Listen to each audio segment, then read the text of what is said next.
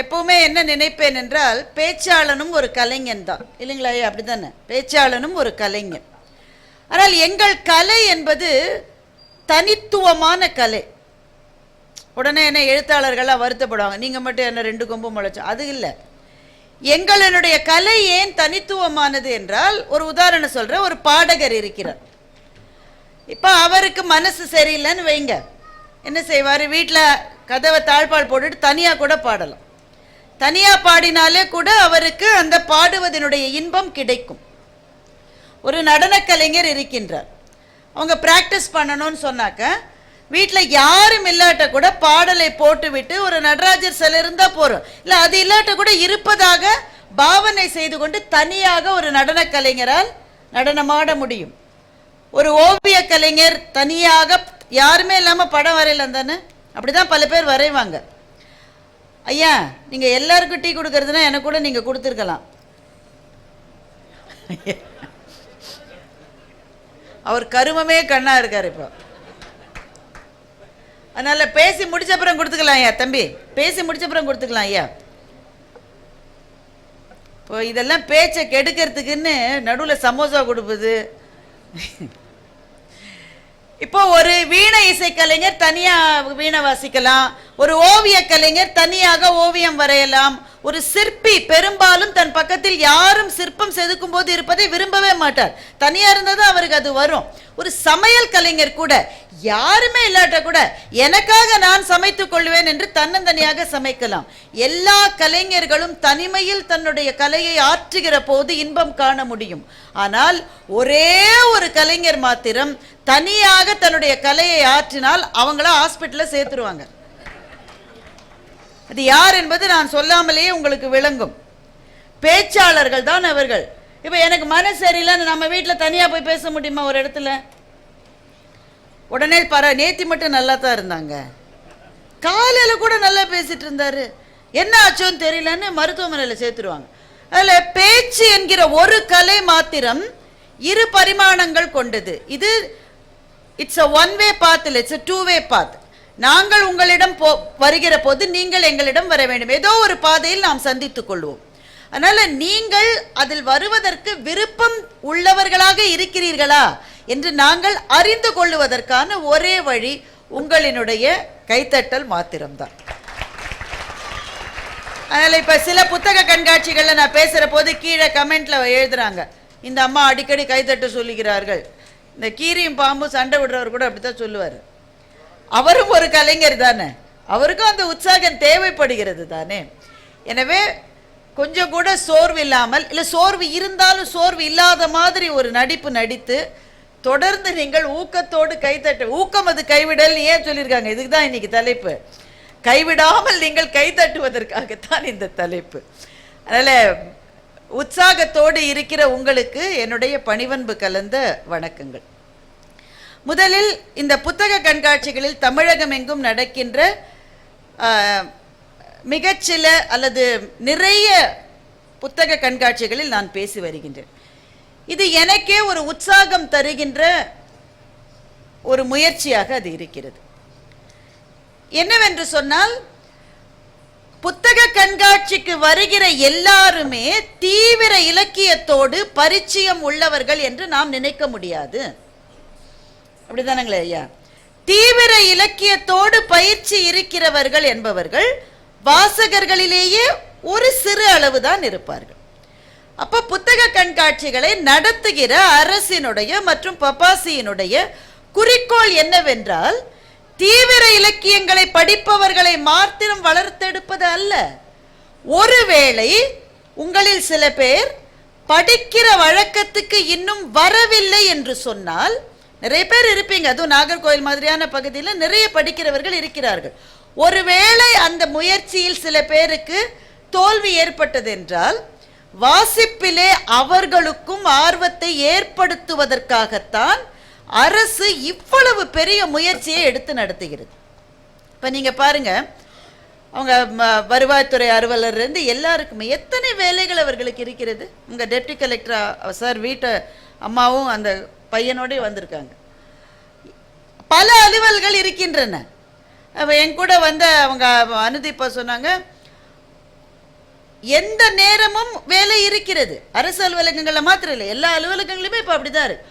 ஒரு காலம் எங்கள் அம்மா அப்பா எல்லாம் வந்து அரசு ஊழியர்களாகத்தான் இருந்தாங்க. 5 மணினா 5 மணி கிளம்பி வந்துடுவாங்க. இன்றைக்கு அரசு ஊழியர்களால் அப்படி இருக்க முடியாது, காலங்கள் மாறிவிட்டன. இப்போ பல வேலைகளுக்கு நடுவிலே இதை ஏன் செய்து கொண்டிருக்கிறார்கள் என்றால், இது இந்த அரசினுடைய முயற்சி பாராட்டப்பட வேண்டியது. ஏன்? புத்தகம் படிப்பதாலே என்ன கிடைக்கிறது? புத்தகம் படிப்பதனாலே வாழ்க்கையை பற்றிய புது புது சிந்தனைகள் நமக்குள் உருவாகின்றன. நாம் வாழுகின்ற வாழ்க்கை பல சமயங்களில் சலிப்புடைய வாழ்க்கையாக இருக்கிறது. தினம் அதே மாதிரி எந்திரிச்சு அதே முகத்தை பார்த்து அதே அடுப்பில் அதே பாலை வச்சு அப்புறம் காலையில் எழுந்து ஃபோனை பார்க்கறது ஒரு கொடுமை. உங்களுக்கெல்லாம் எப்படின்னு தெரியல, எனக்கு கொடுமை. இன்னைக்கு எல்லாரும் குட் மார்னிங் சொல்கிறாங்க.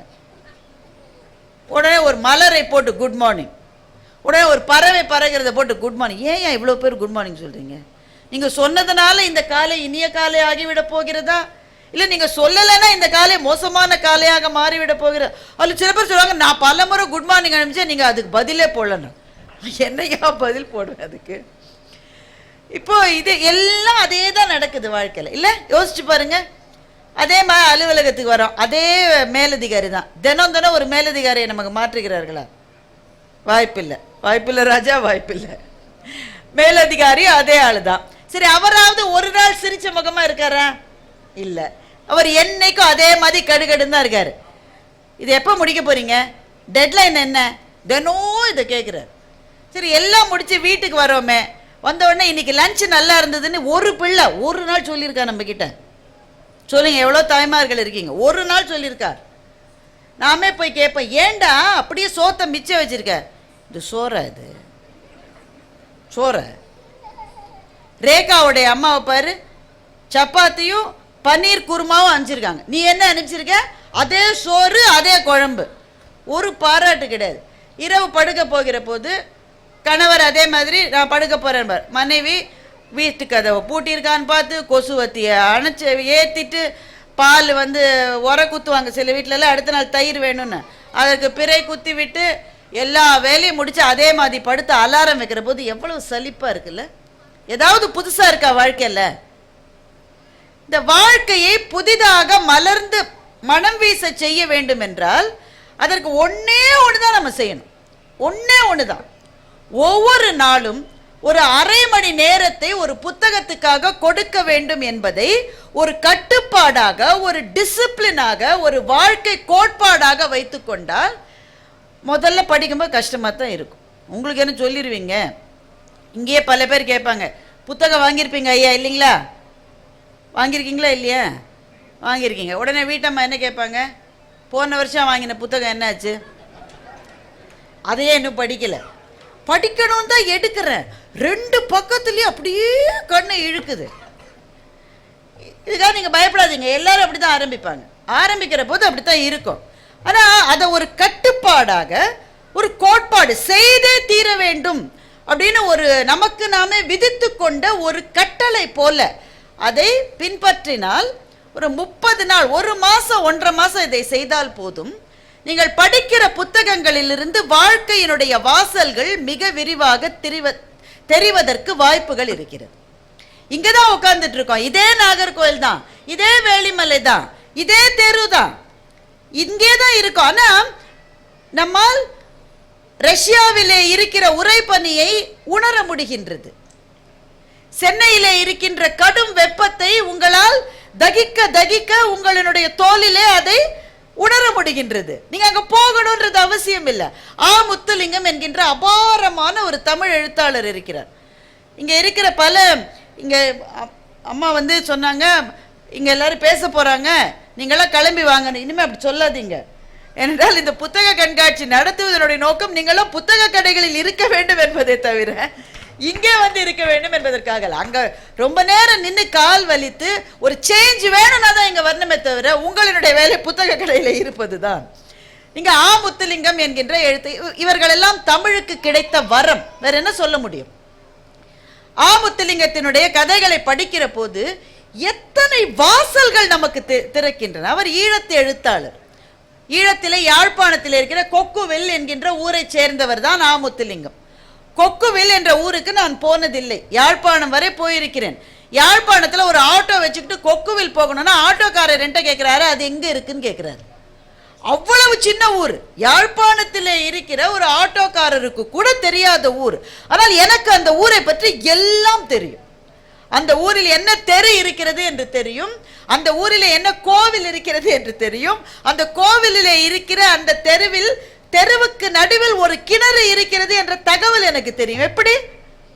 நீங்க கூகுள் மேப்ல போட்டா கூட வராது அந்த ஊரு. ஆனால் அந்த ஊரை பற்றி எனக்கு எல்லாம் தெரியும். நான் நேரே போய் பார்த்திருந்தால் கூட எனக்கு தெரியாததெல்லாம் அந்த ஊரை பற்றி எனக்கு தெரிந்திருக்கிறது என்றால் அதற்கு காரணம் ஆ. முத்துலிங்கம் என்ற எழுத்தாளர் அந்த ஊரை பற்றி எழுதியிருக்கின்றார். அது அவர் ஆப்கானிஸ்தானுக்கு போயிருக்காரு. நான் ஆப்கானிஸ்தானுக்கு போனதில்லை, இனிமே போவேன்ற நம்பிக்கையும் எனக்கு இல்லை. பாகிஸ்தானிலே பணியாற்றி இருக்கிறார்.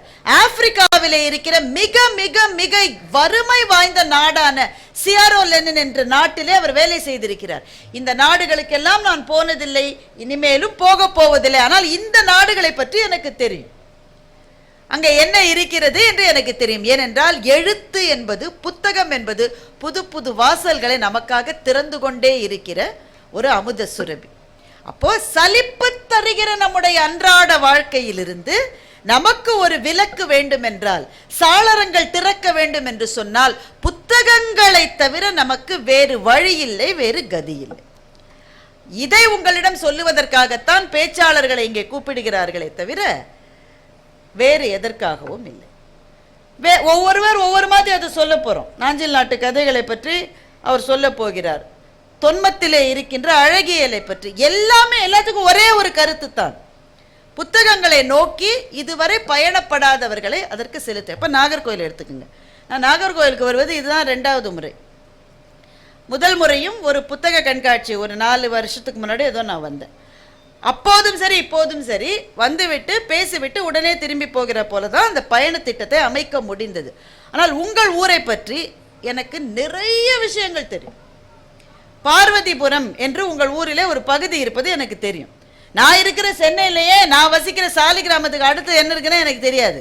ஆனால் நாகர்கோவிலில் இருக்கிற பார்வதிபுரத்தை பற்றி எனக்கு தெரியும். உங்களுடைய வேலி மலையை பற்றி எனக்கு தெரியும். இங்க இருக்கிற அந்த கொர கோயில் என்று நீங்கள் சொல்லக்கூடிய அந்த தெய்வங்கள் இருக்கிற கோவிலை பற்றி எனக்கு தெரியும். எப்படி உங்களுக்கு தெரியும் என்றால், நான் ஆசானாக வழிபடுகின்ற, இன்றைக்கு தமிழ் இலக்கியத்தின் மணிமுடி பதவியிலே இருக்கின்ற அந்த இடத்திலே இருக்கிற திரு ஜெயமோகன் அவர்கள் உங்கள் ஊர்க்காரர்.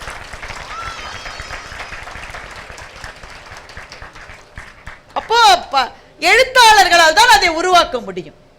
இப்ப நான் அந்த எழுத்தாளரை எனக்கு பர்சனலா தெரிஞ்சிருக்கணும்ல அவசியம் கிடையாது. ஜெயகாந்தனோட நான் ஒரு வார்த்தை கூட பேசியது கிடையாது. ஆனால் எனக்கு அவரை பற்றி என் மனதில் இருக்கிற சித்திரம் பிரம்மாண்டமானது. ஒரு எழுத்தின் மூலமாக எழுத்தாளனுக்கும் வாசிக்கிறவனுக்கும் இடையிலே ஒரு பாலம் ஏற்படுகிறது. அந்த பாலத்தில் போய் போய் அந்த எழுத்தாளனுடைய வாழ்க்கையை தொட்டுவிட்டு வர நம்மால் முடியும். அந்த வாழ்க்கையினுடைய வண்ணங்களை நம்மால் உணர முடியும். அதுதான் புத்தகம் படிப்பதற்கான காரணம், வேற எதுவுமே கிடையாது.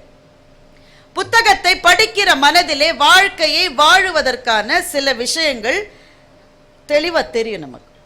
உங்கள் பகுதி இன்றைக்கல்ல, கால காலமாக படைப்பாளிகளாலே பொலிவு பெற்ற பகுதி உங்களினுடைய பகுதி. ஔவையாருக்கு எங்க கோயில் இருக்கு தமிழ்நாட்டில்? உங்க ஊர்ல தான் இருக்கு. தோவாளையா? இங்கே தாழக்குடி, தாழக்குடி என்கின்ற பகுதியிலே ஔவையாருக்கு கோயில் இருக்கிறது. எனக்கு தெரிந்த தமிழகத்தில் வேற எங்கும் இருப்பதா எனக்கு தெரியல. ஒருவேளை ஏதாவது ஒரு இடத்துல இருக்கலாம். ஆனால் இவ்வளவு புகழ்பெற்ற கோவில் என்பது இங்க தான். அந்த கோவிலுக்கு பக்கத்திலே ஒரு நாவல் மரம் இருக்கிறது. கிட்டத்தட்ட 150 200 வருடங்கள் பழமையான ஒரு மரமும் அங்கே இருக்கிறது. அங்கே இருக்கிற அந்த ஔவையார் அம்மன் என்கின்ற அந்த சிலை சின்ன சிலை தான். நீங்க அளந்து பார்த்தா ஒன்றும் பெருசா இருக்காது, 1 அடி 1.5 அடி சொல்ல கூட கிடையாது. அந்த அளவே இருக்கிற அந்த சிலை தான் தமிழ் இன்றைக்கு வானத்தையும் தாண்டி வளர்ந்து நிற்பதற்கு காரணமான ஒரு பெண், ஒரு புத்திசாலி பெண்ணினுடைய உருவம் தான் அங்கே இருக்கிறது. யாரு கிடைக்கிறது? முப்பந்தல்னு ஒரு ஊர் இருக்கா, முப்பந்தல் ரொம்ப ரொம்ப ரொம்ப முக்கியமான ஊர். நீங்க இதை ஞாபகத்தில் வச்சுக்கணும். நிறைய பேருக்கு தெரிஞ்சிருக்கும், தெரியாதவர்களுக்காக நான் சொல்லுகிறேன். முப்பந்தல் என்கின்ற ஊர் தமிழ்நாட்டிலே நாம் நினைவிலே கொள்ள வேண்டிய ஒரு ரொம்ப சின்ன ஊர். ஆனால் நீங்கள் மறக்கக்கூடாத ஊர். ஏன் முப்பந்தல் என்று பெயர் வந்தது என்றால், ஔவையார் அங்கே சேரன், சோழன், பாண்டியன் என்ற 3 மன்னர்களையும் ஒரே இடத்திலே சந்திக்க வைத்தார். சந்திச்சிருவாங்க 3 பேரும், சந்திக்க வைக்க முடியும். பொன்னியின் செல்வன் படம் பார்த்தீங்களே, PS1 பார்த்துட்டீங்க, பார்க்கலையா? அங்க அநியாயமா இருக்கு. PS2 வரப்போகுது. அல்ல பார்த்தீங்கன்னா தெரியும், சோழர்களுக்கும் பாண்டியர்களுக்கும் எப்படிப்பட்ட பகை இருந்திருக்கிறதுன்னு. அந்த கதையை லேசா நீங்க புரிஞ்சுக்கிட்டாலே உங்களுக்கு தெரியும். சோழர்கள் பதவிக்கு வந்த உடனே மதுராந்தகன் என்று பட்டம் சூட்டி கொள்ளுவார்கள். அந்த பேருக்கு காரணம் என்ன நீங்க யோசிச்சிருக்கீங்களா? எந்த சோழன்? அந்த படத்திலேயே பொன்னியின் செல்வனுடைய சித்தப்பா மதுராந்தகன் ஒருத்தரை பத்தி சொல்லுவாங்க இல்லையா? சரியா பார்க்கலன்னு நினைக்கிறேன், சில தலை தான் ஆடுது. அவர் ரஹ்மான் என்கின்ற நடிகர் அந்த கதாபாத்திரத்தில் நடித்திருக்கிறார். மதுரா என்ன அர்த்தங்க? மதுராந்தகன்னா என்ன அர்த்தம்? மதுரையை அந்தகம் செய்தவன் மதுராந்தகன். சோழ அரசனா நீ வந்துட்டாலே உன் வேலை என்னன்னா, உடனே பாண்டிய நாட்டுக்கு போய் மதுரையை அழித்து அந்த மன்னனை நீ ஒழிக்க வேண்டும். அப்ப மதுராந்தகன் என்று பட்டம் சூட்டிக் கொள்ளலாம். எல்லாம் ஒரு 200 கிலோமீட்டர் ரேடியஸுக்குள்ள இவ்வளவு பகை. சோழர்களும் பாண்டியர்களும் ஜென்ம பகை அவர்களுக்கு. சேரன், சோழன், பாண்டியன் இணைந்ததாக சரித்திரத்தில் ஏதோ 1-2 தகவல்கள் கூட கிடையாது. ஆனால் ஒரு கிழவி, அவங்க கிழவியான்னு எனக்கு தெரியல, நாம அவுன்ற எழுத்துக்கு வேற எதுவுமே கிடைக்காம ஔவையாரை போட்டு கையில் ஒரு குச்சியும் கொடுத்து அந்த அம்மாவை கிழவி ஆகிட்டோம். ஏன் கிழவியா இருக்கணும்? இளம் பெண்ணாக ஏன் ஔவை இருந்திருக்க கூடாது என்றால் ஒரு கதை இருக்கிறது, நீங்கள் கேள்விப்பட்டிருப்பீர்கள். பயணம் செய்ய விரும்பிய ஔவை, பாட விரும்பிய ஔவை, ஆனால் வீட்டில் திருமணம் செய்ய வேண்டும் என்று நினைக்கிறார்கள். அதனால் விநாயக பெருமானை வேண்டி என்னை கிழவியாக்கி விடு என்ற வரத்தை கேட்டாள் ஔவை என்று ஒரு கதை இருக்கிறது. இந்த கதை உண்மையா பொய்யா என்று எனக்கு தெரியாது. ஆனால் எனக்கு தெரிந்த ஆணோ பெண்ணோ இளமையைத்தானே வரமாக கேட்பார்கள். உண்டா இல்லையா? கண்ணாடியில பாக்குற போது கொஞ்சம் 2 வெள்ளை முடி தெரிஞ்ச உடனே என்ன செய்யறான்? டே வாங்கிட்டு ஓடுற ஓடுற ஓடுற. யார் வயதாவதை தோற்றத்தில் பார்க்க யாருக்கு விருப்பம்? அவை ஒருத்தி தான் விருப்பப்பட்டிருக்கா. ஏன்? தமிழின் மீது அப்படிப்பட்ட காதல். நான் கிழவியானாலும் பரவாயில்ல, ஆனா திருமணம் என்று அந்த அமைப்புக்குள்ள போயிட்டா பயணம் செய்ய முடியாது, பாட முடியாது என்று ஆசைப்பட்டது எனக்கு தெரிந்து உலகத்திலேயே அவை ஒருத்தி தான். காரைக்கால் அம்மையும் அப்படித்தான். அவர் பேய் உருவம் கேட்டார் என்று கதைகள் சொல்லுகின்றது. அப்போ ஒரு பெண் பயணம் செய்யணும், பக்தியில ஈடுபடணும், பாடணும், ஊர் ஊரா போகணும்னா ஒண்ணு கிழவியா இருக்கணும், இல்ல பேயா இருக்கணும். இந்த 2 ஆப்ஷன் இருந்தா தான் பயணமே சாத்தியம். அப்படிதான் அந்த கதையை நம்ம புரிந்து கொள்ள வேண்டியிருக்கிறது. அந்த காலங்கள் அப்படி மாறி வருகிற காலகட்டத்தில் நாம் வாழ்ந்து கொண்டிருக்கிறோம். ஆனால் நாம் இன்றைக்கு பூக்களாக மலர்ந்திருக்கின்ற இந்த தமிழ் சமூக மரத்தின் வேறாக இருக்கின்ற ஔவையை ஒரு நாளும் நாம் மறந்து விடக்கூடாது. ஏன்? 3 மன்னர்களையும் 3 பந்தல்கள் அமைத்து உட்கார வைத்தாள் ஔவை என்று கதை சொல்லுகிறது.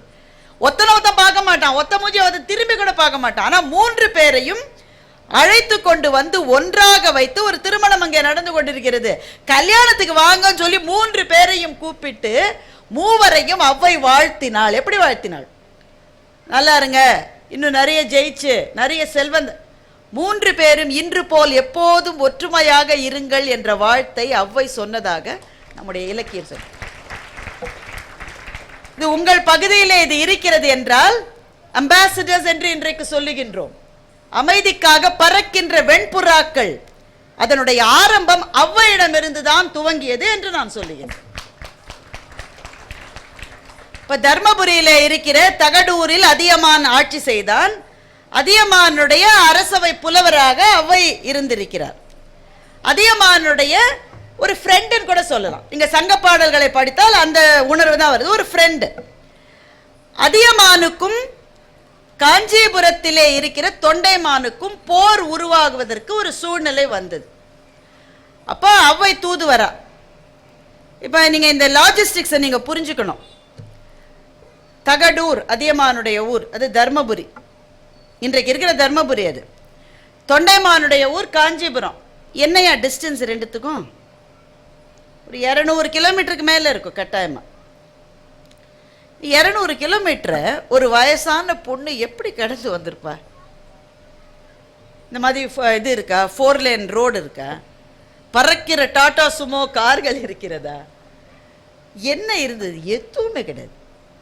வெறும் காடுகள் தானே. அல்ல, ஒரு கிழவி நடந்து வந்திருக்கா. நடந்து வந்துட்டா, காஞ்சிபுரத்துக்கு வந்து தொண்டைமானை சந்தித்து விட்டாள். தொண்டைமான் என்ன செஞ்சான்? புலவர்களுக்கு எல்லா மன்னர்களும் பாராட்டு வழங்கி அவர்களை கௌரவித்த காலம் அந்த காலம். தொண்டைமான் தன்னுடைய ஆயுத சாலையை சுற்றி காட்டினான். என்னோட வேல் எப்படி பளபளப்பா இருக்கு பாரு, என்னோட வாள் எப்படி பளபளப்பா இருக்கு பாரு, இந்த அம்புகள்லாம் எப்படி கூரா இருக்கு பாரு. அவசரம், ஆமா எவ்வளவு பளபளன்னு நீ ஆயுதம்லாம் வச்சிருக்கு நீ. எங்க அதிகமான இருக்கான். ஷியோ, அவனோட வாளெல்லாம் உடைஞ்சிருக்கு, வேலெல்லாம் உடைஞ்சிருக்கு. ஒரு அம்பு ஒழுங்கா இருக்கணுமே, ஒரு வில்லு நல்லா இருக்கணுமே, எல்லாம் உடைஞ்சிருக்கு. அப்படின்னா அவனுக்கு சுருக்குன்னு தைக்குது. ஏன்னா இந்த கிழவி சாதாரணமாக பாராட்டுற மாதிரி பாராட்டி ஊசியால் குத்துற மாதிரி குத்திருக்கு. பெண்களுக்கு தான் இது செய்ய வரும். ஒரு நாளும் ஆண்களுக்கு இது வராது. திட்டுறதுனா வெளிப்படையாக திட்டுவான், திட்டக்கூடாத இடத்துல எல்லாம் திட்டுவான். பெண்கள் வந்து சிரிச்சுக்கிட்டே அப்படின்னு தான் சொல்லுவான். ஆனால் உள்ள ஊசி சுருக்கு சுருக்கு சுருக்குன்னு பல பேர் அனுபவப்பட்டிருக்கீங்க, பார்த்தாலே தெரியுது. உடனே அவனுக்கு சுருக்குனது. இவ இந்த கேள்வி என்ன சொல்றா? பாராட்டுறா. உன்னுடைய ஆயுதங்கள்லாம் பளபளப்பா இருக்கு. பாராட்டா அது. அதியமானுடைய ஆயுதங்கள் உடைந்திருக்கிறது என்றால் அவன் போர்க்களத்தில் போய் போய் போய் அனுபவப்பட்டவா. பாப்பா நீ பச்சாடா கண்ணு, உனக்கு எதுவும், நீ இன்னும் போருக்கே போல, அதனால்தான் பளபளப்பா இருக்கு உன்னுடைய ஆயுதங்கள். அவனோட நீ மோதினா இருக்க மாட்ட. இதுதான் மெசேஜ். ஆனா இந்த மெசேஜை எப்படி சொல்றா? நல்ல இனிப்பு தடவிய வார்த்தைகளை. அந்த மெசேஜ் வந்து போச்சா? தொண்டைமான் அதை வாங்கி கொண்டானா என்றால், நாம் தெரிந்தவரை நம்முடைய வரலாற்றில் அதியமானுக்கும் தொண்டைமானுக்கும் போர் நடந்ததாக குறிப்பே இல்லை. எனவே அந்த போர் தடுக்கப்பட்டது. அப்போ அம்பாசிடரா வந்த அவ்வை வெற்றிகரமாக தன்னுடைய பணியை முடித்திருக்கிறாள் என்ற முடிவுக்குத்தான் நாம் வர வேண்டியிருக்கிறோம். நிறைய சொல்லலாம், ஒரு முழு பேச்சு அவையை பற்றி பேசலாம். ஏனென்றால் புத்திசாலியான பெண்களை உலகம் வியந்து பாராட்டும். இப்போ பல பெண்களுக்கு என்னை யாருமே மதிக்கிறது இல்லைன்ற குறை இருக்கிறது. நிறைய பெண்கள் என்னை சந்திக்கிற போது அவர்கள் வைக்கிற முதல் விஷயம், யாருமே என் பேச்சுக்கு மதிப்பே கிடையாதுங்க. எங்கள் வீட்டில் சின்ன வாண்டுலேருந்து பெரிய ஆள் மட்டும் ஒருத்தர் என் பேச்சை மதிக்கணுமே. நான் பாட்டு கரடி மாதிரி கத்திக்கிட்டே இருப்பேன். நீ ஏன் கரடியா கத்துறமா? நீ மனுஷியா பேசு. நீ ஒன்று என்னை மதிக்கிறதில்லை. இப்போ மதிப்பு என்பது கேட்டு பெறுவதல்ல சகோதரிகளே. மதிப்பு என்பது கோரி பெறுகிற பிச்சை அல்ல. அது உங்களுக்கு கிடைக்க வேண்டிய அங்கீகாரம். அந்த அங்கீகாரம் எப்படி வரும் என்றால் அறிவின் தெளிவினால் வரும், உழைப்பின் மேன்மையினால் வரும். இது ரெண்டு நாள் தான் வரும். இதுக்கு வேற வழியே கிடையாது. பெரிய பதவிகள் இருக்கிறவர்களுக்கு அங்கீகாரம் கிடைக்கிறதுன்னு நீங்க நினைக்கலாம். அந்த அங்கீகாரம் அந்த நாற்காலிக்கு தவிர அந்த நபருக்கு அல்ல. அவர் அங்கிருந்து போன உடனே ஃபேர்வெல் அன்னைக்கு பெரிய மாலையை போட்டு நீள நீளமா கவிதையெல்லாம் வாசிப்பாங்க, பார்த்துருக்கீங்களா? சில பேர் நீளமா பேசுவாங்க ஃபேர்வெல் அன்னைக்கு. இவரை போல உண்டா? நானும் பிறந்ததிலிருந்து பார்த்திருக்கேன். இப்படி ஒரு அதிகாரி இனிமேல் இந்த உலகத்தில் தோன்றவே மாட்டார் எல்லாம் சொல்லிட்டு மாலையை போட்டு வீடு மட்டும் வருவாங்க. ஏன் வீடு மட்டும் வராங்க? இந்த ஆள் திரும்பி ஓடி வந்து சேர்ல உட்காந்துப்பான்னு பயம். இப்ப இதெல்லாம் அங்கீகாரம் கிடையாது. இது நாற்காலிக்கான அங்கீகாரம், நபருக்கான அங்கீகாரம் இல்ல. தனி நபராக ஆணோ பெண்ணோ அங்கீகாரம் வேண்டும் என்றால் அறிவின் திவலைகள் வெளியிலே தெரிக்கிற போதுதான் அங்கீகாரம் கிடைக்கும். அவ்வைக்கு அப்படிதான் கிடைச்சது. அங்கீகாரம் கொடுக்கிற அளவு அவ்வைக்கு என்னங்க இருந்தது? பெரிய தோற்றம் வடிவெல்லாம் இருந்ததா? இல்ல. நாமே சொல்லிட்டு அவங்க பாட்டியா இருக்கிறதுக்கு நிறைய வாய்ப்பு இருக்குன்னு சொல்லிட்டு, பாட்டிகளும் அழகா இருக்கலாம், அது வேற விஷயம். ஆனா அவ்வை பாட்டி அந்த அழகுக்காக பெருமை பெற்றவர் அல்ல. அப்ப காசு நிறைய இருந்ததா? காசு இருக்கிறவனுக்கு எப்பவுமே அவனை பணக்காரனை சுத்தி 10 பேரு, பைத்தியக்காரனை சுத்தி 10 பேரு. அப்ப பணம் இருக்கிறவர்களை சுற்றியும் நிறைய பேர். இந்த ஃபேன் என்னங்க ரொம்ப தொந்தரவு இருக்கேன். சரி, ஓகே. பணம் இருப்பதனாலே அங்கீகாரம் வந்ததா? இல்லை. அப்ப எதனால் வந்தது என்றால் அவளுடைய அறிவினால் வந்தது. எப்படி? ஏதாவது உதாரணம் இருக்கா? ஒரு மன்னனை பாராட்டுவதற்காக புலவர்கள் எல்லாம் கூப்பிட்டாங்க. உங்களுக்கு தான் தெரியுமே, உடனே நம்ம புலவர்கள் நீள நீளமா எவ்வளவு பெரிய கவிதை எழுதிட்டோம். 23ஆம் புலிகேசியில் வடிவேலு 2 புலவர்கள் பாட வரும்போது மல்லாந்து பாடு. அது மாதிரி மன்னர்களை பாராட்ட ஏகப்பட்ட பாட்டை எழுதிக்கிட்டு வந்துட்டாங்க. நீள நீளமோ படிக்கிறாங்க எல்லா புலவர்களும். கடைசியில் ஔவையினுடைய முறை வந்தது. நீ பாடு அரசரை பற்றி. வரப்புயர அப்படின்னு சொல்லிட்டு வீட்டுக்கு போயிடுச்சு. இந்த மன்னனுக்கு புரியவே இல்லை. என்னம்மா பாட்டு ஆரம்பிக்கிறதுக்குள்ள முடிஞ்சிருச்சே, அவ்வளவுதான் பாட்டு. வரப்புயரன்னு ஒரு வாழ்த்தா? ஔவை சொன்னா, நான் சொன்னது உனக்கு புரியல.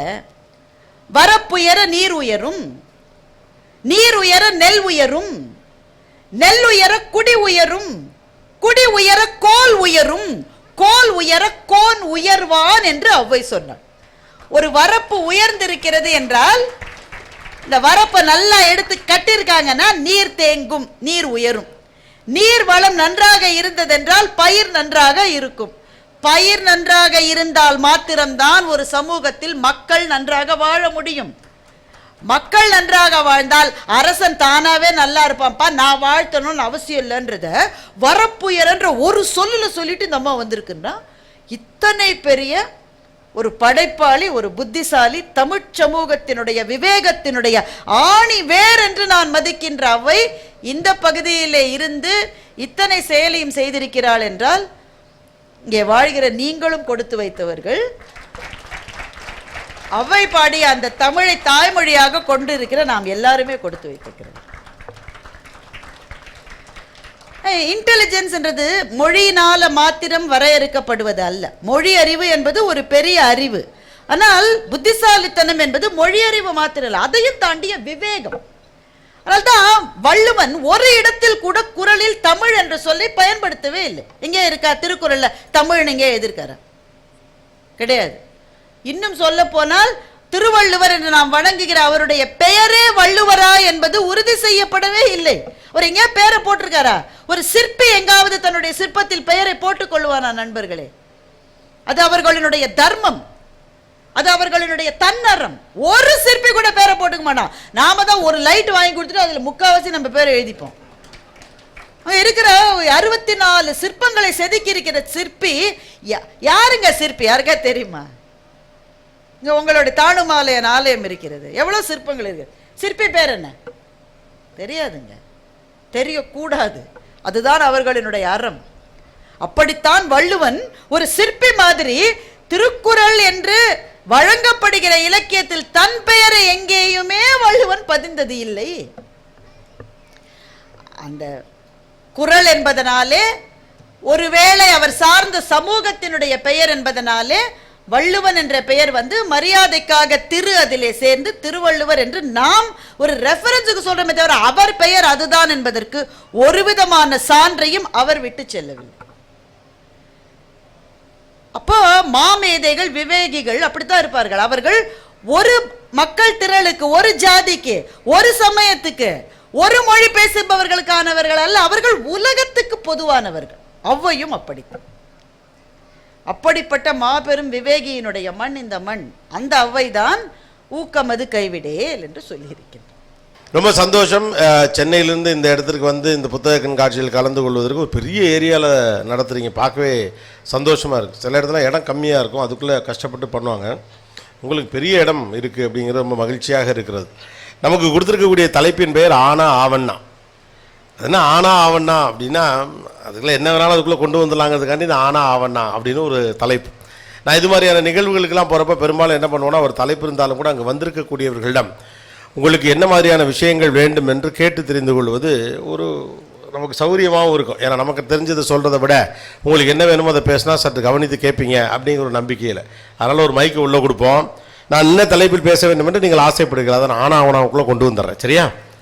மைக் இருக்கா? ஒரு 30 நிமிஷத்துக்குள்ளே 30க்கும் மேற்பட்ட திருக்குறள்களை எண்களோடு சொல்லி நான் இன்னைக்கு தான் சார் முதல்ல பார்த்தேன். சார் வாழ்த்துக்கள் சார். நன்றி சார், ரொம்ப நல்லா இருந்தது சார், வாழ்த்துக்கள். அவ்வளோ ஷார்ட்டர் டைமுக்குள்ளே அவ்வளவு குறள்கள், அதற்கு அர்த்தம், அதோடைய எண், அதெல்லாமே. மைக்கு கொடுங்க கொடுங்க. உங்கள் ஊரில் தான் பேச மாட்டீங்களாம்ல, பார்ப்போம். இப்போ தெரிஞ்சிடும்ல. நீங்கள் உரையாற்றிடாதீங்க, என்ன தலைப்பில் நான் பேசுகிறேன்னு சொல்லிடுங்க. இங்கே ஒருத்தர் கேட்குறாரு பாருங்க, நீங்கள் தான் சத்தமாக பேசுறீங்களே, சொல்லுங்க சொல்லுங்க. கேட்குது கேட்குது.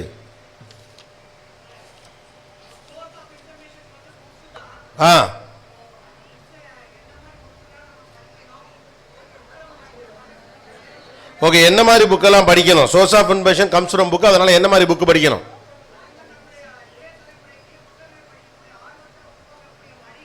ஓகே, என்ன புக்ஸ் படிக்கணும்? இளைய தலைமுறைக்கு புக்ஸை படிக்கிறதுக்கான ஆர்வம். நான் பேசுவேன், நீங்கள் தலைப்பு மட்டும் சொன்னால் போதும். ஃபுல்லாக நீங்களே பேசிவிட்டா அப்புறம் நான் எந்த பேசுறது? என்ன புக்ஸு இளைய தலைமுறைக்கு படிக்கும் ஆர்வத்தை உண்டாக்குவது எப்படி? அவரே கேள்வியும் சொல்லிவிட்டு அவரே பதிலையும் சொல்லிவிடுறாரு. சொல்லுங்க மேடம். அவர் தான் நியாயஸ்தன். இதுக்கு எதுக்கு மைக்குன்னு அதான் ஒரு சத்தமும் இல்லையே.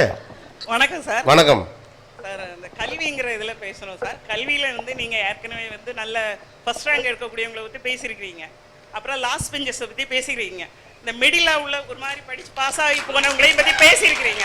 இனி ஒன்று, அந்த ரெண்டு இல்லாமல் கொஞ்சம் ஃபெயில் ஆகி அடுத்தல பாஸ் பண்ணி இருப்பாங்கல்ல சார், அவங்களுக்கு இந்த எத்தனை லேயர்? இப்போ front bench, middle bench, last bench. இது நீங்கள் சொல்லுவது எந்த பெஞ்சு? நான் மிடில் இல்லை, ஒரு அட்டெம்ப்ட் பாஸ் பண்ணியிருப்பாங்க. கொஞ்சம் அதுக்கு அவங்களுக்கு மேலே அழுத்தங்கள் நிறைய இருக்கும். பாஸ் பண்ணலையே, நம்ம அடுத்த என்ன பண்ண போகிறோம், அவங்களுக்கு ஓகே, அவங்கள பற்றி பேசுங்க சார். டீச்சரா நீங்க? இல்லை சார், டீச்சர் இல்லையா? இல்ல, குறைஞ்சபட்சம் டியூஷன் டீச்சராவது இருக்கணுமே. இல்ல சார், கவர்மெண்ட்ல வர்க் பண்றேன். ஓகே. Failures in education. வணக்கம் சார். வணக்கம். பேரண்ட்ஸ் குழந்தைங்க ரிலேஷன்ஷிப் எப்படி இருக்கணும்? பேரண்ட்ஸ் குழந்தைங்க ரிலேஷன்ஷிப். எத்தனை வயசு பசங்க? காலேஜ் படிக்கிற பசங்க இருக்காங்களா? எஸ். ஓகே. வணக்கம். கல்லூரி மாணவர்களின் எதிர்காலம் ஏன் சரியா இல்லையா? நீங்க படிச்சு முடிச்சுட்டீங்களோ? படிச்சு முடிச்சு போடுறது பண்றதெல்லாம் பண்ணிவிட்டு எங்களை சொல்றது ஒழுங்கா இருங்க, படிக்கிறப்பெல்லாம் எல்லா அதையும் பண்ணி முடிச்சுவிட்டு புதுசாக வர்றவங்க மட்டும் ஒழுங்கா இருக்க தம்பி. கல்லூரி மாணவர்களின் எதிர்காலம். வணக்கம். வணக்கம் சார். நல்லவனாகவும் இருக்க முடியல, கெட்டவனாகவும் இருக்க முடியல. இந்த காலத்துல வல்லவனா இருந்தா மட்டும்தான் வாழ்க்கைன்றாங்க. வல்லவனுக்கான இந்த காலத்து இலக்கணம் வேணும். இது தெரிஞ்சா நானே வல்லவனா இருப்பனே. நல்லவனாகவும் இருக்க முடியல, கெட்டவனாகவும் இருக்க முடியல. ரொம்ப போராட்டம். பிசினஸ் மேனா இருக்கீங்களா? Sir, good evening. Good evening. இந்த காலத்து ஜெனரேஷன் பசங்க எப்படி இருக்கணும்? நீ ஏமா ஜூன் தமிழ்ல ஹிந்தி டப்பிங் சீரியல் மாதிரி பேசுற? திரும்ப பேசு. இந்த காலத்து ஜெனரேங்க பசங்க வாழ்க்கையில எப்படி இருக்கணும்? எப்படி இருக்கணும்? யார் சொன்னா அதை கேட்க சொல்லி ஒண்ணா? நான் தான். நீ அதான் கேட்குறீ. என்ன படிக்கிறமா? 9th என்டர் ஆயிக்கேன் சார். ஆதர்ஷ் வித்யா கேந்திரா வெட்டுனி மேடம் கேம்பஸ்ல படிக்கிறேன். அது பரவாயில்ல. உன் கிளாஸ் ரூம்ல எத்தனை பெஞ்சில் உட்காந்துருக்கலாம் வேண்டாம். 9th படிக்கிற. ஆமா சார். இந்த ஜெனரேஷன் பிள்ளைங்க எப்படி இருக்கணும்? ஆமா சார். ஓகே. நாகர்கோவிலில் கொஞ்சம் வித்தியாசமாக பேசுவாங்க, கேள்விப்பட்டிருக்கேன். இது பயங்கர வித்தியாசமாக இருக்கு. ஏன்டி இப்படி பண்ணுறேன் அப்படிம்பாங்க, கேட்டிருக்கேன். அந்த ஒரு காமெடி சீரீஸ் நான் தொடர்ந்து பார்ப்பேன் எங்கள் வீட்டில். சார் வணக்கம் சார். சொல்லுங்க சார். இன்னைக்கு பேரண்ட்ஸ் எடுத்துக்கிட்டாங்கன்னா ஸ்டடீஸ்க்கு கொடுக்க இம்பார்ட்டன்ஸை யாருமே பிளேயிங்க்கு கொடுக்குற ஸ்போர்ட்ஸுக்கு கொடுக்க மாட்டேங்கிறாங்க. நீ என்ன ஸ்போர்ட்ஸ் விளையாடுறீங்க தம்பி? சார், நான் கிரிக்கெட்ல பிளேயரா இருக்கேன். ஓகே. இல்ல ஸ்போர்ட்ஸ் கொடுத்துட்டு தான் இருக்காங்க, கேமிங்க்கு கொடுக்கறது இல்ல. ஆமா சார். PUBG எல்லாம் இப்ப நீங்க அதுல சேர்த்துட்டு ஸ்போர்ட்ஸ்ல நான் வாண்ட் டு சார், நாங்க அந்த மாதிரி போகாம கிரவுண்ட் ஸ்போர்ட்ஸ்க்கே கொடுக்க மாட்டேங்கிறாங்க. படி படி படி படின்னு சொல்றாங்க. விளையாடுன்னு யாருமே சொல்றது இல்ல. 10th படி, 12th படி, காலேஜ்னா படி. விளையாடுன்னு சொல்றதே இல்ல சார். அது ஏன் அப்படின்னு சொல்றத. ஓகே. ஆனா இந்த ரெண்டு சிக்கல் இருக்கு, அதே நான் சொல்றேன். ஏன்னா இப்ப முன்னாலாம் கிரவுண்ட்ல விளையாடுவாங்க, இப்பெல்லாம் கிரவுண்ட்ல தான் டென்ட்டே அடிக்கிறானுவோ. கிரவுண்ட்ல போய் பார்த்தா ஸ்டம்பெல்லாம் தனியா இருக்கு, இவங்கெல்லாம் சைட்ல இருக்கானுவோ. ரெண்டு வகையான பிரச்சனை இருக்கு அதுல. சென்னையில பாத்துருப்பீங்களா இருக்கும், கன்னியாகுமரி நாகர்கோவில்ல ரூம் போட்டா தங்க முடியும்? பார்த்து தானே சொல்ல முடியும். ஓரளவு சொல்றேன் சார். நீங்க கன்னியாகுமரி வந்துட்டீங்கன்னா ஒரு ஊருக்கு 3 கிரவுண்ட் இருக்கு சார். நீங்க எங்க போனாலும் விளையாடலாம், கிரிக்கெட்லாம் விளையாடலாம். அங்கெல்லாம் கிரவுண்ட் இருக்கும், விளையாட முடியாது சார். அதான் சார், கன்னியாகுமரி வேற, சென்னை வேற. அதான் சொல்றேன். ஆனா பிரச்சனை ஒன்னா தானே இருக்கு சார். பிரச்சனை தானே, விளையாட விட மாட்டேங்கிறாங்க. ஆமா சார், Right. அதான் பிரச்சனை தான். வேறு தலைப்பு இயற்கை பாதுகாப்பு. இயற்கை பாதுகாப்பு, பெண் பாதுகாப்பு. என்ன தம்பி ஒவ்வொன்றும் ஒவ்வொரு நவரும் பேசுகிற மாதிரி இருக்கே, ஒன்னோட ஒன்று கணக்கே பண்ண முடியாமல் இருக்க. வேறு வேறு சார் எந்த டாபிக்கும் வேண்டாம் சார், கொஞ்சம் ஜாலியா பேசினா போதும் சார். அப்படியா? ஆமா. அவங்க ஒரு ஜாலி மூட்ல இருக்காங்க.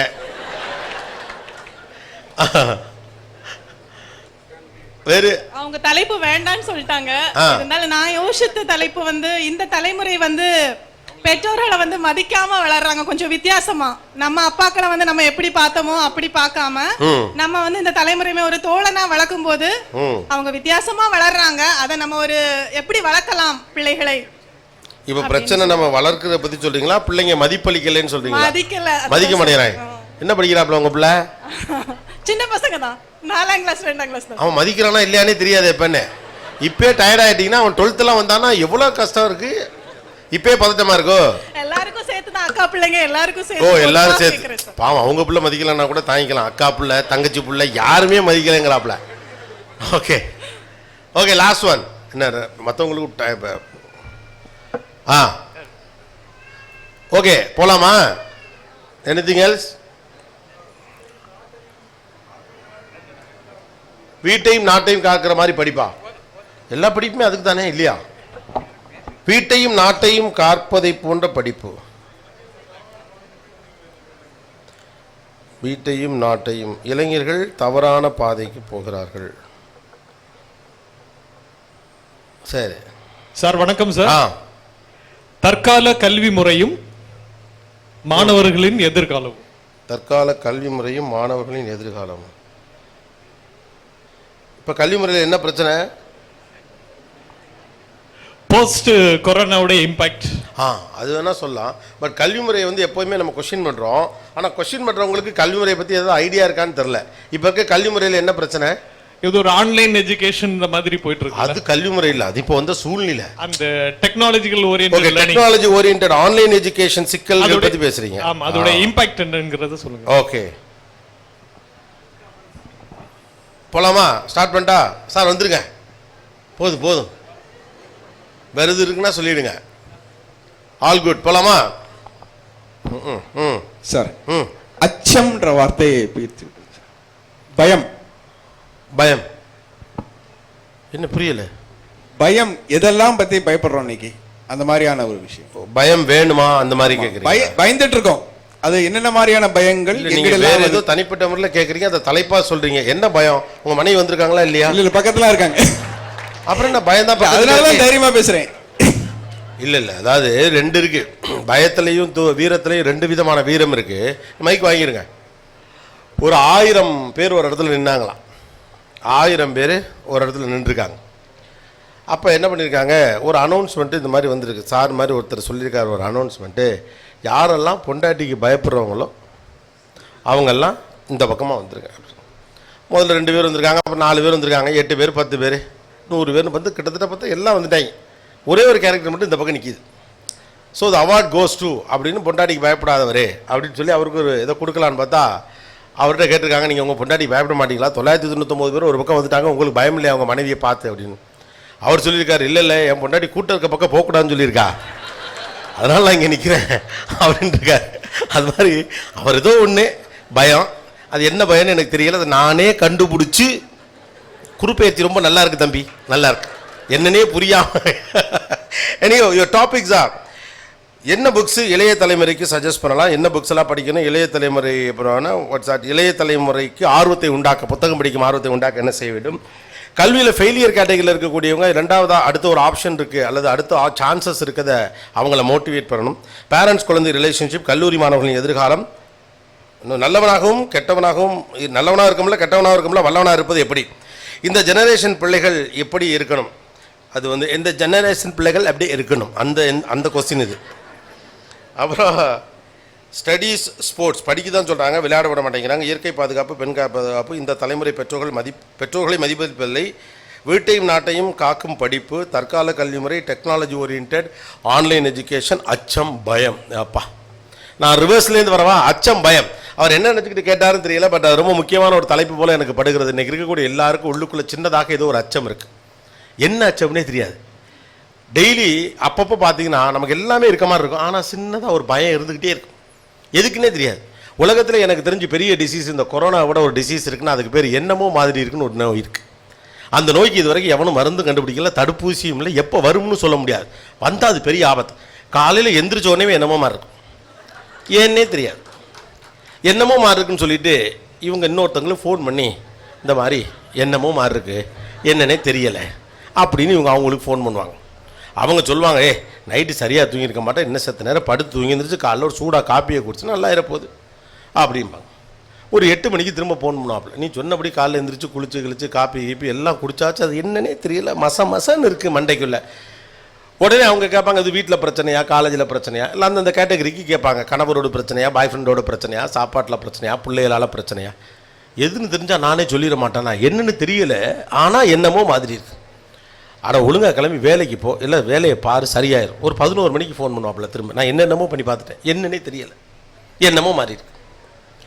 அப்போ அந்த எதிர்மனையில் இருக்கவங்க என்ன சொல்லுவாங்கன்னா, என்னமா அது காரணம் சொன்னால் தானப்பா சொல்ல முடியும் அதுக்கான தீர்வை, காரணமே சொல்லாமல் என்னமோ மாதிரி இருக்குது, என்னமோ மாதிரி இருக்குன்னா அது எப்படி தான் சரி பண்ண முடியும் அப்படின்னு கேட்பாங்க. காரணம் தெரிஞ்சால் நானே கண்டுபிடிச்சி சரி பண்ணிட மாட்டான்னு கடுப்பாக இவங்க ஃபோனை வச்சுருவாங்க. ஒரு 4 மணிக்கு திரும்ப ஃபோன் பண்ணுவாங்க. இவங்க என்னென்னமோ பண்ணிட்டேன், ஒன்றும் நடக்கலை, என்னமோ மாதிரி இருக்குது, நீ என்னமாவது பண்ணி தொலை. இவங்க வெறியாயிருவாங்க, கடுப்பாயிரும், ஃபோனை வை. என்ன ரீசனே தெரியாமல் என்னமோ மாதிரி இருக்குது, என்னமோ மாதிரி இருக்குது, என்னமோ மாதிரி இருக்குன்னு சொன்னீங்கன்னா ஒரு மனுஷால் என்ன பதில் சொல்ல முடியும் அப்படின்னு சொல்லிட்டு ஃபோனை வச்சுருவாங்க. இவங்க வேலையை பார்ப்பாங்க, அவங்க வேலையை பார்ப்பாங்க. ஒரு 6 மணிக்கு இவங்க அவங்களுக்கு ஃபோன் பண்ணுவாங்க. ஃபோனை போட்டு சொல்லு அப்படின்னு அவங்க சொல்லுவாங்க. யார் என்னமோ மாதிரி இருக்குன்னு காலையில் 8 மணிக்கு சொன்னால் கேரக்டர் சொல்லும். இப்போ இவங்க சொல்லுவாங்க, என்னன்னே தெரியலடி, என்னமோ மாதிரி இருக்கு. இந்த நோய் இப்போ இங்கே வந்துடும், வீடு முழுக்க என்னமோ மாதிரி இருக்கும். இப்போவே கூட பல பேர் என்னமோ மாதிரி இருக்குது, கோபிநாத்லாம் வர்றானா போய் பார்த்துட்டு வருவோன்னு வந்த கோஷ்டியெல்லாம் இங்கே உண்டு, எனக்கு தெரியும். ரைட்டா? ஏன் இப்போ இந்த என்னமோ மாதிரி இருக்கு அப்படின்னா, இந்த வாழ்க்கை குறித்த நம்பிக்கை நமக்கு மிக குறைவாக இருக்கிறது. இந்த வாழ்க்கை என்ன ஆகுமோ, இந்த வாழ்க்கை இப்படியே போகுமோன்னு கொஞ்சம் பேருக்கு பயம், இந்த வாழ்க்கை எப்படியோ போயிருமோ அப்படின்னு கொஞ்சம் பேருக்கு பயம், இருக்கிற வாழ்க்கை நீடிக்குமோ என்கிற பயம், இருக்கிற காசெல்லாம் காப்பாற்றிக்க முடியுமா அப்படிங்கிறது பயம், இன்னைக்கு சந்தோஷமா இருக்கும் நாளைக்கு சந்தோஷமா இருப்போமா மாட்டோமாங்கிற பயம், இன்னைக்கு தான் வாழ்க்கை இப்படி இருக்கு நாளைக்கு நல்லா இருக்குமான்னு தெரியலையே, இப்படியே கடைசி வரைக்கும் ஏதோ வாய்க்கும் கைக்குன்னு வாழ்க்கை போயிருமோங்கிற பயம். மொத்தத்தில் நம்ம எல்லாருக்கும் ஒரு பயம் இருக்குது. இந்த பயத்துக்கெல்லாம் நாம தான் காரணமானு கேட்டால் அது இல்லை காரணம்.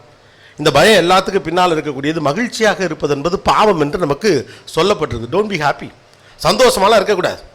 ஒரு கல்யாண வீட்டுக்கு நல்லது கெட்டதுக்கெலாம் நம்மெல்லாம் போகிறப்ப பார்த்தீங்கன்னா பழைய ஃப்ரெண்ட்ஸ்லாம் ஒன்று சேருவாங்க. ஒரு 35 வயது மதிக்கத்தக்கக்கூடிய பெண்கள் எல்லாம் பழைய தோழிகளாக இருப்பாங்க, கசின்ஸாக இருப்பாங்க, நிறையா கிஸ் எல்லாம் பேசக்கூடிய அளவுக்கு நண்பர்களாக இருந்தவர்களாம். அதுக்கப்புறம் திருமணம் அப்படின்னு எல்லாம் வயசெட்டெலாம் என்ன இருப்பாங்க. சந்தித்த பிறகு ரொம்ப சந்தோஷமாக பயங்கரமாக சிரித்து பேசுவான். ஆண்கள்லாம் இளவு வீட்டில் இருக்க மாதிரி தான் இருப்பாங்க. அங்கே போனாலும் சரி தான், எப்படா முடிச்சு தொலைங்கடா வீட்டுக்கு போகணும், இந்த வேட்டி வேற கசகசாங்கிறது கடுப்பாக இருக்குது. எல்லாருக்கும் யாருன்னே தெரியாது, எல்லாரும் கும்பிட்டோன்னே வணக்கம் வணக்கம், இவங்க நம்ம மேலே திரு மச்சானோட 2வது 3வதோட ஆமாம் ஆமாம் அப்படிமா, அவருக்கு வர தெரியாது இவருக்கு அவரை தெரியாது, முறைப்படி கும்பிட்டு வைப்போம் இருக்கட்டும்னு அவங்க பாட்டுக்கு வாழ்வாங்க. லேடிஸ்லாம் அவ்வளோ சந்தோஷமாக பேசி சிரிப்பாங்க. பேசி சிரித்து முடித்தவொடனே அதில் ஒரு அம்மா சொல்லுவாங்க, நல்லா சிரித்து கண்ணுங்கள்லாம் தண்ணி இப்படியே வந்து நிற்கும், ஏன்னா அவ்வளோ சிரிச்சிருப்பாங்க பேசி. அப்போ டக்குன்னு சொல்லுவாங்க, நல்லா சிரிச்சு விட்டேன், நாளைக்கு என்ன போகுதுன்னே தெரியல. மனிதனுக்கு மகிழ்ச்சியாக இருப்பது பயமாக இருக்கிறது. மகிழ்ச்சி துன்பத்தை கொண்டு வந்து சேர்க்கும் என்று நாம் ஏதோ ஒரு இடத்தில் நம்புகிறோம். மகிழ்ச்சியாக இருப்பது மனிதனிலிருந்து விலகிய ஒரு விஷயம், அதை போராடி பெற வேண்டும் என்று நினைக்கிறோம். மகிழ்ச்சியாக இருப்பது என்பது எப்போதோ கிடைக்கக்கூடிய அரிதான விஷயம் என்று நமக்கு அறிமுகப்படுத்தப்பட்டிருக்கிறது. வாழ்க்கை குறித்து நமக்கு தொடர்ச்சியாக சொல்லப்பட்ட கற்பிதமான கதைகள் வாழ்க்கையை துயரம் என்று நமக்கு போதிக்கின்றன. வாழ்க்கைங்கிறது என்ன? கஷ்டம், போராட்டம், கஷ்டப்படணும், போராடணும், துயரப்படணும், கண்ணீர் விடணும், கக்கூஸில் உட்காந்து அழுகணும், பாத்ரூமில் உட்காந்து கதறணும், மொட்டை மாடியில் தனியாக போய் நிற்கணும், கடற்கரையில் அப்படியே வானத்தை பார்த்த வாக்கில் நம்ம சோகத்தெல்லாம் செலவிடணும். எவனாவது ஜாலியாக இருக்கான்னு யோசிச்சிருக்கமா? எப்பாடுபட்டாவது கஷ்டமாக இருக்கணும். கடவுளே வேண்டாம் வெறுப்பா பிள்ளையை பற்றி காண்டாம இருக்கணும்னு பேர் வச்ச கதையாக கஷ்டப்பட்டு வாழ்றதுல மனிதனுக்கு ஒரு மகிழ்ச்சி. காரணம் வாழ்க்கை கஷ்டமாக இருந்தால் பின்னால் மகிழ்ச்சியாக இருக்கும் நம்ம நம்புகிறோம். பின்னால் மகிழ்ச்சியாக இருக்கட்டும். 70 வயசு வரைக்கும் கஷ்டப்பட்டுக்கிட்டே செத்துட்டு போயிடுறோம், முடிஞ்சு போச்சு. கடைசி வரைக்கும் மனுஷன் கஷ்டப்பட்டார். இந்த ஒத்த டயலாக்கு எதுக்கு சிரிக்காமல் இருக்கணும்னு எனக்கு தெரியவே இல்லை. The perception of life is really confused. அதனால தான் நம்ம இளைய தலைமுறை பிள்ளைகள் சற்று மகிழ்ச்சியாக இருந்தாலும் நமக்கு கோவம், என்ன கெக்கேன்னு சிரிப்பு, இதில் வேற மாதிரி சிரிக்கணுமா என்ன, அப்படி சிரிக்கணுமா என்ன, ஏன் 4 பேர் சிரிக்கிற பார்த்தா ஆத்திரம் வருது. நாகர்கோவில் பஸ் ஸ்டாண்டில் 4-5 கல்லூரி பெண்கள் 2 பசங்க உட்காந்து ஒரு ஹோட்டலில் பிரியாணி சாப்பிட்டு சிரிச்சானுங்கன்னா சம்பந்தமே இல்லாமல் 2 இட்லி கெட்டி சட்னி சாப்பிட்டு கார்னரில் இருக்க அங்கிளுக்கு ஏன் காண்டாகுது? ஒய் திஸ் மேன் பிகமிங் காண்டு? ஏன் மகிழ்ச்சியாக இருப்பதுன்றது வாழ்விலிருந்து வெளியேறிய ஒரு விஷயம் நம்ம நினைக்கிறோம். ரெண்டாவது, எனக்கு அது கிடைக்கலே நினைக்கிறோம். இந்த காலத்து இளைஞர்கள் எவ்வளவு மோசமாக இருக்கிறார்கள், எப்படி வழி நடத்துவது, இதெல்லாம் சொல்றது யாருன்னு யோசிச்சு பாருங்களேன். காலேஜ் கல்ச்சுரல்ஸில் பக்கத்து காலேஜ் பிள்ளைய கையை பிடிச்சிழுது கன்னியாகுமரிக்கு நாகர்கோவிலுக்கும் சண்டை வர்றதுக்கு காரணமான இந்த கேரக்டர் தான் இந்த கேள்வியை கேட்கும். முதல்ல வாழ்வியுடைய முதல் நோக்கம் என்னன்னு புரிஞ்சுக்கங்க. ஜெயிக்கிறது, கொண்டாடுவது, பெரிதாக சாதிப்பது, 10th 494 மார்க் எடுப்பது, 12th 1185 பேர் இருக்கிறது, 150 ஓன் ஓட்டு பொண்ணை கட்டுறது, பெரிய டாக்டர் வீட்டில் வாக்கப்படுறது, எல்லாட்டி பணக்கார பொண்ணா பார்த்து கல்யாணம் பண்ணி போகிறது, எல்லாத்தையும் விட மிக முக்கியமானது வாழ்வதலின் அடிப்படை நோக்கம் வாழ்வது தான். The very purpose of life is living. வாழ்வது தான் வாழ்வுடைய முதல் நோக்கம். நாமெல்லாம் சாதிக்கிறதா வாழ்வுடைய பெரு நோக்கம் சொல்றோம். அதனால தான் எல்லாத்தையும் பிள்ளைகள் மேலே திணிக்கிறோம். பிள்ளைகள் மகிழ்ச்சியாக இருக்கிறது முக்கியமா, வெற்றிகரமானவர்களாக இருக்கிறது முக்கியமா? இதுதான் பெரிய பிரச்சனை. அவருக்குமே தான் பிரச்சனை. நல்லவனா இருக்கிறது கெட்டவனா இருக்கிறது ரெண்டுமே முடியல. வல்லவனா இருக்கிறதுக்கான சூத்திரம் தாருங்கள் அப்படின்னு சொல்றாரு. ஏன்னா நல்லவனா இருக்கிறது சிரமமா இருக்கு, கெட்டவனா இருக்க மனசு ஒத்துக்க மாட்டேங்குது. அப்போ பிள்ளைகளை நம்ம போட்டு என்ன பண்ணுறோம்? இதில் எவனாக்குறது நமக்கே தெரியல. ஒவ்வொரு நாளைக்கு ஒரு ஃபார்முலா, ஒவ்வொரு நாளும் பிள்ளைகளை சோதனை கொடுத்த எலி போல வீட்டில் வச்சிருக்கிறோம். ஒரு நாளைக்கு இந்த ஃபார்முலா அப்ளை பண்ணி பார்க்குறது. அன்போடு இருக்கணும், அதான் முக்கியம். தம்பி, காசு பணம் தாண்டா முக்கியம். அவர் வருவார், 30 திருக்குறளில் 3 இடத்துல சொன்னார், காசு முக்கியம் இல்லைன்னு அவர் சொல்லிட்டு போயிடுவாரா? கேட்டாத, அப்புறமா பொழைச்சி நல்லா இருந்துருவேன். வாழ்க்கை நல்லா போயிடுச்சுன்னு நாசமாக போயிடும். கேட்குறத கேட்கணும், கேட்டதோடு விட்டணும் அப்படின்னு ஒரு நாள். கோபிநாத் சொன்னால அதை அப்படியே அச்சு பிசகாமல் ஃபாலோ பண்ணணும் அப்படின்னு ஒரு நாள். மறுநாளே அவனே அதை ஃபாலோ பண்ண மாட்டான். நீ என்னதுக்கு இதை ஃபாலோ பண்ண போறேன்னு ஒரு நாள். கூகுளில் படித்ததில் ஒரு நாள், பக்கத்து விட்டு ஆண்டி சொன்ன கதை கேட்டு ஒரு நாள், நியூஸ் பேப்பரில் வந்த விஷயம் கேட்டு ஒரு நாள். இந்த வாழ்க்கையை எப்படியாவது சிறப்பானதாக அமைத்துக் கொள்ள வேண்டும் என்ற பரிதவிப்பிலும் போராட்டத்திலுமே வாழ்க்கையுடைய மகிழ்ச்சியான கூறுகளை நாம் மறந்து போகிறோம். வாழ்க்கையை ரொம்ப கஷ்டப்படலாம் நீங்கள் ஒன்றும் போராடிலாம் ஜெயிக்காதீங்க. வாழ்க்கையே ஜெயிப்பதற்கானது தான். வாழ்க்கையினுடைய இயல்பே வாழ்வில் ஜெயிக்கிறது தான். நீங்க தான் வாழ்க்கையில் ஜெயிக்கிறது கஷ்டங்கிற முடிவு எடுக்கிறீங்க. இயற்கையோ மனிதரோ அவர்களுடைய சிந்தனைக்கு ஏற்ப யாரோ ஒருவர் நம்மை படைத்திருக்க கூடும். ரைட்டா? கடவுள் படைத்திருக்கலாம் அல்லது இயற்கை படைத்திருக்கலாம்னு வச்சுக்கோங்க. இப்போ மனுஷன் இந்த மைக்கை தயாரிக்கிறான். ரைட்டா? தட்டுனா கரெக்டாக சத்தம் வரணும். இப்படி வச்சு பேசினாலும் கேட்கணும், இப்படி வச்சு பேசினாலும் கேட்கணும், நீங்கள் கேட்டாலும் நல்லா இருக்கணும், நான் பேசினாலும் நல்லா இருக்கணும். இந்த கேமரா தயாரிக்கிறாங்க, அடுத்த வெர்ஷன் தயாரிக்கிறாங்க. இப்போ செல்ஃபோனில் எல்லாத்தையும் எடுக்கக்கூடிய அளவுக்கு டெக்னாலஜி தயாரிக்கிறாங்க. அந்த ஒரு பொருளை தயாரிக்கக்கூடிய ஒருவர் என்ன நினைத்து கொண்டு அதை செய்வார்? இது ரொம்ப வெற்றிகரமான ஒரு பொருளாக இருக்க வேண்டும். த பெஸ்ட்டாக இது இருக்கணும், பெஸ்ட் ஆஃப் த மைக்காக இருக்கணும். என்னுடைய மைக்கு நான் உருவாக்குற இந்த audio system best of the audio சிஸ்டமாக இருக்கணும். நான் உருவாக்குற இந்த கேமரா உலகத்திலே பெஸ்ட்டான கேமராவாக இருக்கணும் அப்படின்னு சொல்லி பின்னால் ஓடுதல் ஒரு ஏசி பெஸ்ட் ஆஃப் த ஏசியாக இருக்கணும் அப்படின்னு அவர் நினச்சி தயாரித்தார். பட் அது அப்படி இல்லை. ஓகே, அந்த கதை தனி. ஓகே, அப்படி தான் ஒவ்வொரு மனுஷன் நினைப்பாங்க. கேவலம் மனுஷன் தயாரிக்கிற பொருளே காலத்தை கடந்து வெற்றி பெற்றதாக இருக்க வேண்டும் என்று மனிதன் நினைப்பான் என்றால், கடவுளோ இயற்கையை உருவாக்கிய நீங்களும் நானுமா தோற்று போவோம். தோக்குறதுக்காக ஒருத்தனை இங்கே படைச்சிருப்பான், தோக்குறதுக்காக ஒருத்தனை படைச்சிருப்பான். தோக்குறது தாங்க கஷ்டம். ஆக்சுவலாக ஒரு அழகான பாயிண்ட் ஆஃப் வியூ சொல்லுவாங்க. நீங்கள் தோற்பதற்கு எடுக்கக்கூடிய முயற்சியில் பாதி எடுத்தாலே ஜெயிச்சிடலாம். நம்ம தோக்குறதுக்கு தான் அவ்வளோ ட்ரை பண்ணுறோம். இந்த உலகமே எனக்கு எதிராக இருக்கு. எய்த்த வீட்டுக்காரன் நம்மளை போட்டு தள்ளணும்னு குறியோட தெரியலாம். ஒட்டுமொத்த நாகர்கோயில் கன்னியாகுமரி ஜில்லாவே எனக்கு எதிராக நிற்கிது. அவன் பாட்டுக்கு கடற்கரையில் சூரியனை பார்த்துக்கிட்டு சன்செட்ஸ் ஈவினிங்னு சுண்டல் வாங்கி தின்னுக்கிட்டு இருக்கான். போகிற வரவெல்லாம் எனக்கு எதிரியாக இருக்கான். அவன் நம்மளை மறைக்கிறான். அவனுக்கு நம்ம மேலே பொறாமை. இந்த வாழ்க்கையில் சோகமாக இருக்கிறதுக்கு எவ்வளவு பேராமீட்டர்ஸை தேடுறோம் பாருங்க. ரொம்ப நாள் கழிச்சு ஒருத்தரை பார்த்து அவர் சிரிக்காம போயிட்டு அவனுக்கு பணம் வந்துருச்சுங்கிற திமிர். அவனே கடன் வாங்கின கடுப்பில் தெரியிறான். We don't know that what others life is happening. நாம் என்ன நினைக்கிறோமா? இந்த உலகமே நமக்கு எதிராக நிற்கிறது. நம்ம வாழ்க்கையை சோகப்படுத்திக்க எல்லா பிரயத்தனங்களையும் எடுக்கிறோம். என்னுடைய பிள்ளை சரியில்லை, என்னுடைய கணவர் சரியில்லை, என்னுடைய மனைவி சரியில்லை, எனக்கு சொத்து சுகம் இல்லை, எனக்கு வாழ்க்கையில் ஒன்றுமே இல்லை, எல்லாம் இருந்துச்சுன்னு வச்சுக்கோங்க. கடைசியாக ஒரு டயலாக் சொல்லு, எல்லாம் இருந்தும் மனசுக்கு ஒரு குறையா இருக்கு. அப்போ குறையா இருக்கணுங்கிறது தான் நம்ம இன்டென்ஷன். ஏன்னா மகிழ்ச்சி என்பது வாழ்வின் விரோத போக்குன்னு நம்ம நினைக்கிறோம். மகிழ்ச்சியாக இருப்பது பாவம் என்று நினைக்கிறோம். மகிழ்ச்சியாக இருப்பவர்களை பொறுப்பற்றவர்கள் என்று முத்திரை குத்த பார்க்கிறோம். சில பேர் ஜாலியாக இருப்பான். ஜாலியாக இருக்கவனோட எதெல்லாம் நீங்கள் அசோசியேட் பண்ணீங்கன்னு கவனிங்க. சந்தோஷமாக சிரித்து பேசக்கூடிய ஒரு ஆளோடு நீங்கள் எதையெல்லாம் அசோசியேட் பண்ணீங்க பெருபாரியா கவனிச்சு பாருங்க. பொறுப்பு இல்லாதவர். ஓகே, குடும்ப பொறுப்புகளிலிருந்து விலகி இருப்பவர், அவருக்கு ஒன்றும் தெரியாது, சும்மா சபை நாகரிகம் தெரியாதவர், கெக்கே பெக்கே வென்று இருப்பார். உங்களுடைய எந்த கருத்தை பற்றியும் கவலைப்படாமல் அவன் சந்தோஷமாக இருப்பான். நீங்கள் அவனை நினைச்சே சோகமாக இருப்பீங்க. அவன் ஜாலியாக தான் இருப்பான். உங்களுக்கு அடுத்தவரின் அங்கீகாரம் தேவைப்படுகிறது. இந்த வாழ்க்கையில் மகிழ்ச்சியாக நாம் இல்லாமல் இருப்பதற்கான காரணம் we expect recognition from every other person on a everyday basis.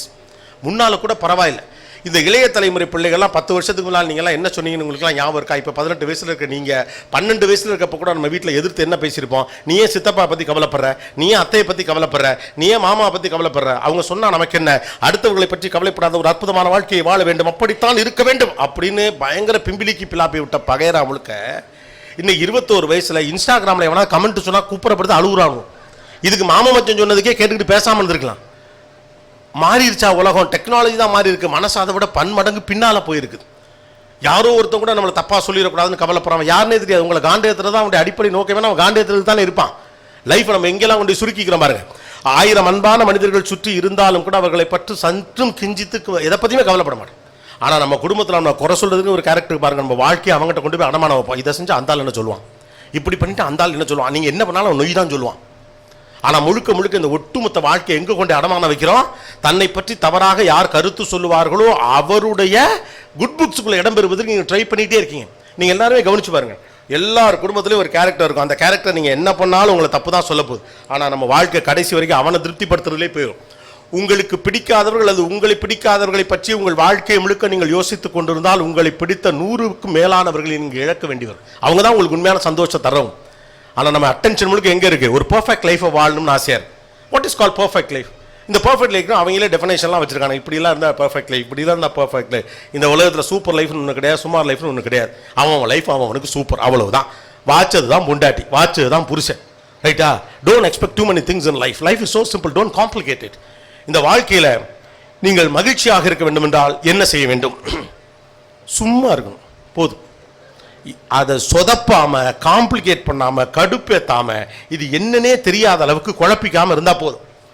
லைஃப்ல அடிப்படையில் இப்போ என்ன ப்ரெஷர் வந்துருச்சு அப்படின்னு கேட்டால், முன்னாலெல்லாம் பார்த்தீங்கன்னா பிள்ளைகளை தான் நம்ம அடுத்தவங்களோட கம்பேர் பண்ணியிருந்தோம். ஒரு 10 வருடத்துக்கு முன்பு நான் மேடைகளிலே பேசக்கூடிய போது அடிக்கடி சொல்லுவேன், ஒரு நாளும் உங்கள் பிள்ளைகளை இன்னொரு பிள்ளையோடு ஒப்பிடாதீர்கள், அது மிகப்பெரிய ஆபத்து.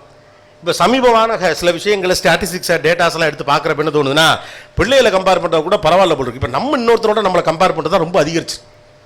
முன்னாலேயாவது பக்கத்து வீடு, எழுத்த வீடு, சொந்தக்காரன், தாய பிள்ளை கல்யாணம் எடுத்து போனால் அவன் மாதிரி நம்ம ஒரு கல்யாணம் பண்ணி பண்ணியா, வாலியா சவன்னு ஒரு பிள்ளையை கட்டியிருக்கான், நம்மளும் அப்படி சவப்பான ஒரு பிள்ளையை கட்டி பண்ணும் அப்படின்னு நினைக்கலாம். அவங்க பணக்கார வீட்டில் பொண்ணு எடுத்தாங்க, நம்ம எடுத்து பண்ணோம்.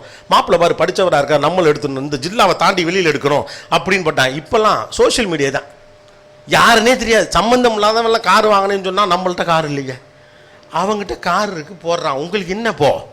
வெளியிலிருந்து வேடிக்கை பார்க்கிற ஒரு வாழ்க்கையை உங்கள் வாழ்க்கையோடு தயவு செய்து தொடர்பு படுத்தாதீர்கள். இன்னைக்கு உலகம் பறந்து விழுந்து கிடக்கிறது. உங்க கண்ணு முன்னால பார்க்கிற எல்லாமே உங்களுக்கும் நடக்கணுங்கிற அவசியம் கிடையாது. ரெண்டாவது, அடுத்தவருடைய வாழ்க்கையை வேடிக்கை பார்த்து ஒரு வாழ்க்கையை வாழ முயற்சிக்கிற போது நம்முடைய வாழ்க்கையை நம்மால் வாழ முடியாமல் போய்விடும். You can't leave somebody's life. நீங்கள் ஒரு நாளும் இன்னொருடைய வாழ்க்கையை வாழவே முடியாது. கோபிநாத்லாம் பாரு, அங்கேருந்து வந்தான், ஜில்லுன்னு வந்தான், வந்த வாக்கில் ஜில்லுன்னு பேசுறான். எவ்வளவு ஜில்லுன்னு இருக்குன்னு எனக்கு தான் தெரியும். வெளியிலேருந்து பார்க்குறப்ப இருக்கிற வாழ்க்கை இல்லை பாரு. வாரம் வாரம் ஒரு கோட்டு போடுவார், அப்படியே தலைகளும் அப்படி டக்குன்னு சீவி. இப்போ கூட யோசிப்பாங்க, முடியலாம் நிறைய இருந்துச்சு, கம்மியாயிடுச்சு. அங்கே சிவப்பான் தான், இங்கே கருப்பாக இருக்கான். வாரம் ஒரு கோட்டு போட்டுக்கிட்டு அப்படி ஜாலியாக பேசிட்டு அவருக்கு என்னப்பா அப்படின்னு இருக்கலாம். மே மாதம் கோட்டு போட்டு பாருங்க, தெரியும் 8 மணி நேரம். வெளியிலிருந்து வேடிக்கை பார்க்கிற போது நீங்கள் பார்க்கக்கூடிய எல்லோருடைய வாழ்க்கையை போல உங்களுடைய வாழ்க்கை இருக்க வேண்டும் என்ற எந்த அவசியம் இல்லை. இந்த உலகத்தில் உயர்வான வாழ்க்கை என்று ஒன்றுமில்லை, தாழ்வான வாழ்க்கை என்று ஒன்றுமில்லை. உங்களை விட பெரியவனும் கிடையாது, உங்களை விட சின்னவனும் கிடையாது. எல்லாரும் ஒன்று தான். Every life is so beautiful, just enjoy the life. Life enjoy பண்ணு. நம்ம எல்லாரும் என்ன குழம்பி போயிட்டோம்னா, கடந்த 10-15 ஆண்டுகளில் கடுமையான மோட்டிவேஷன், எக்கச்சக்கமாக வெற்றியை பற்றி அதிகமாக 20 ஆண்டுகளில் பேசின காரணத்தினால் என்ன நினச்சிட்டோம்னா, வெற்றி தான் மகிழ்ச்சியை தரும் என்று நாமவே தீர்மானித்து விட்டோம். கடுமையாக உழைக்கணும், போராடணும், கஷ்டப்படணும், இருக்கவனையெல்லாம் போட்டு தள்ளணும், காசு பணத்துக்காக எவன் கழுத்தில் வேணாலும் ஏறி மிதிக்கணும், எல்லாம் பண்ணி முடிச்சுட்டு பிள்ளைகளை பணக்காரனாக்கணும், நம்மளும் பணக்காரனாலும் வீடு வாசல் காருன்னு வாங்கணும். அடுத்த வீட்டில் எவெல்லாம் பார்த்தோமோ அதை விட ஒரு பொருளை கூடுதலாக வாங்கி வச்சு நாம் ஜெயிச்சிட்டோன்னு அனௌன்ஸ் பண்ணல செத்துருவோம். ஏன்னா வெற்றி தான் மகிழ்ச்சி என்று கடந்த 20 ஆண்டுகளில் நமக்கு தொடர்ச்சியாக போதிக்கப்பட்டது. உண்மையில் சொல்லப்போனா வெற்றி என்பது மகிழ்ச்சி இல்லை, மகிழ்ச்சியாக இருப்பது தான் வெற்றி. முதல்ல அது புரிஞ்சிருச்சுன்னா ஆட்டோமேட்டிக்காக லைஃப் சிம்பிளாக. மகிழ்ச்சியாக இருப்பது தான் வெற்றியே. கடைசியில் இதெல்லாம் எதுக்காக பண்ணுறீங்க? மகிழ்ச்சியாக இருக்கிறதுக்கு தானே பண்ணுறீங்க. ஆனால் மகிழ்ச்சியே இல்லாமல் மகிழ்ச்சியை நோக்கின ஒரு பயணம் இருக்கும் என்றால் அதில் என்ன அர்த்தம் இருக்கிறது? உங்கள் மகிழ்ச்சியை நோக்கின பயணமும் மகிழ்ச்சியாக இருக்கும் என்றால் தான் அது கம்ப்ளீட்டான ஃபுல் ஃப்ளெஜ்டான ஒரு லைஃபாக இருக்க முடியும். ஆனால் மகிழ்ச்சியை நோக்கிய பயணம் எப்போதுமே துயரமாக இருக்கணும். இந்த தகவல் உங்களுக்கு பிடிச்சிருந்தா லைக் பண்ணுங்க, உங்க ஃப்ரெண்ட்ஸுக்கு ஷேர் பண்ணுங்க, மறக்காம எங்க சேனலுக்கு சப்ஸ்கிரைப் பண்ணுங்க.